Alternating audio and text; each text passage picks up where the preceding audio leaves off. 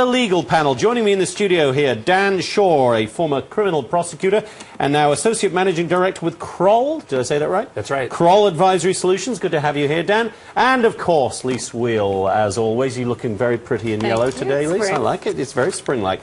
Lise, the Guantanamo trials. Khalid Sheikh Mohammed, the 9/11 mastermind, alleged 9/11 mastermind, in court today, over the past couple of days, seemed to make a mockery of the entire trial. On Saturday. Can it go ahead? Well, it has to. But remember, Saturday, we've all seen the images, and just thinking about those poor families that are watching this and looking at him making a mockery, he and the other 4 defendants, of our criminal justice system. And we're paying for it, by the way, Jonathan. We're paying for his lawyer. We're paying for all of this to happen. Will it go ahead? Yes. Will it take years? Yes. Will it cost millions of dollars? Yes. Yes, yes, and yes. Wow.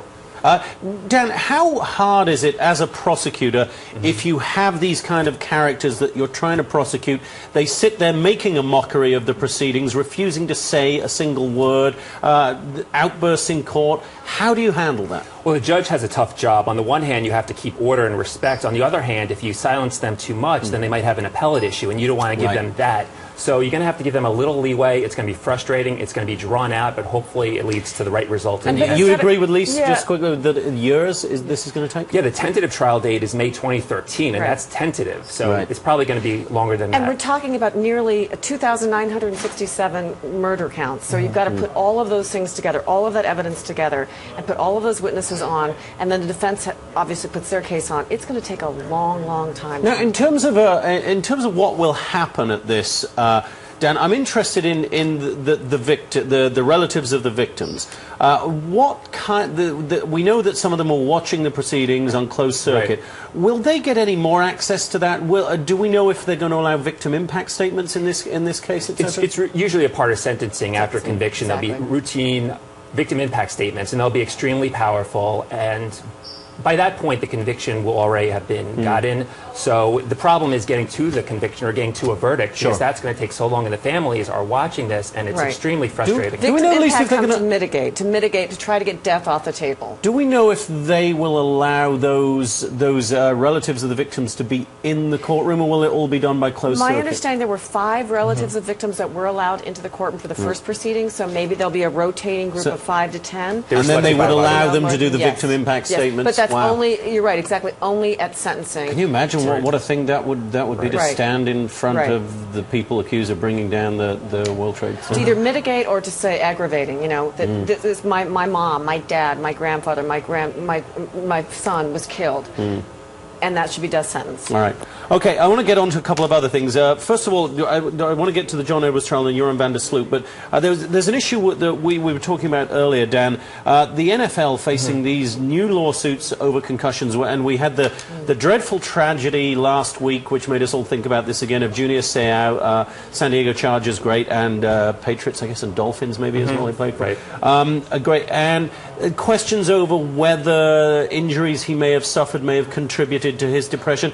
What sort of jeopardy is the NFL in here with these lawsuits? It's a very serious issue. You had Kurt Warner, Pro Bowl quarterback, Super Bowl champion, say he's not sure he wants his kids to play football now. This is a major change in the last few years. The NFL is now being alleged to have covered up evidence that head injuries led to dementia, other problems. Now the question is, did the NFL hide information they had? And on the other side, did NFL players assume risk by engaging in what was a violent sport, even if they didn't understand all the consequences of that violence? And if the NFL covered up at all, at least... Oh, that's horrible. It's the cover-up is worse than the crime in that instance, because you are engaging... multi-million-dollar settlements would be ordered, one would assume. Yes. And how long is this case going to take? Depends on how many people are involved. Right. If more than just a few that we're just recovering the surface right now, if many or more people come, even younger people come forward, even older people that have retired, say, hey, that happened. I was told this or that when I was in the NFL.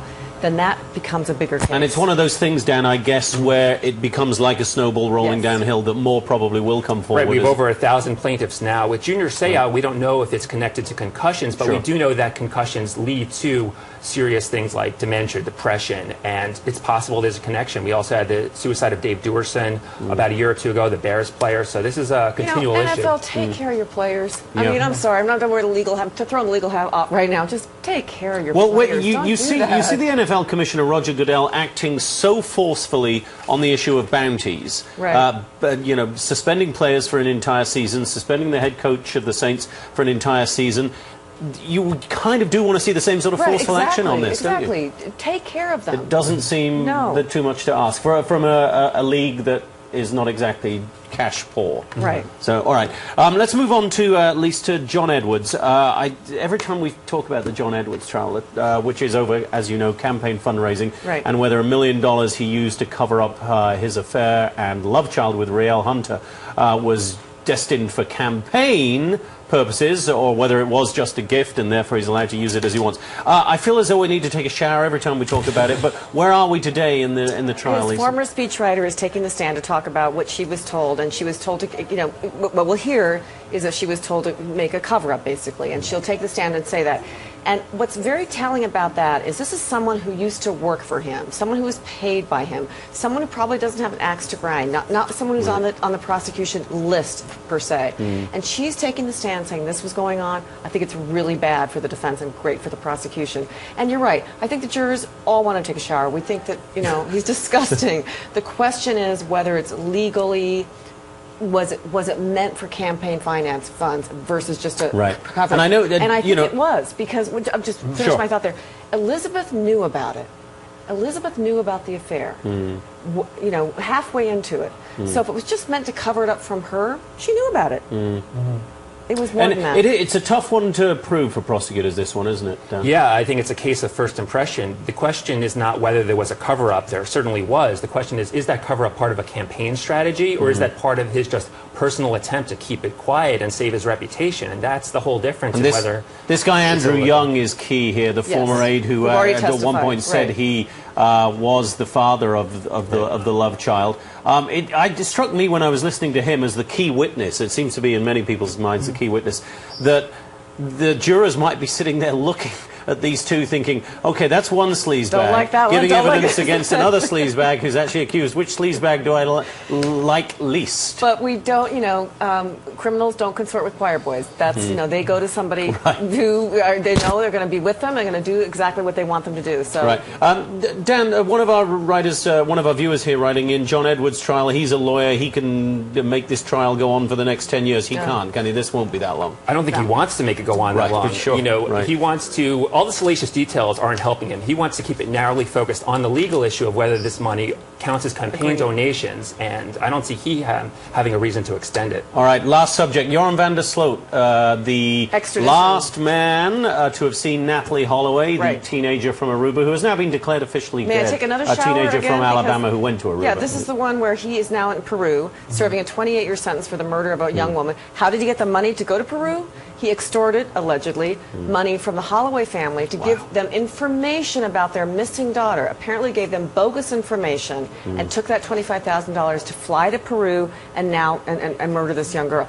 I think he will be extradited, but I don't think it will happen before the 28 years. It may happen in between, but he's certainly going to have to go back and serve the 28 years in Peru. Dan, what do you think? You think we're going to get to see him here on trial ever? At some point. We've gotten what now is called a provisional detention, which means he's being held pending official request by the U.S. for extradition, and that has to be made, the request, in 60 days. At some point, he will face these charges that prosecutors want him to. And we have a treaty, thank goodness. Right, there's a treaty. I've worked on extraditions like this. It all depends on whether the country you're dealing with is cooperative, and you have a treaty with them, and in this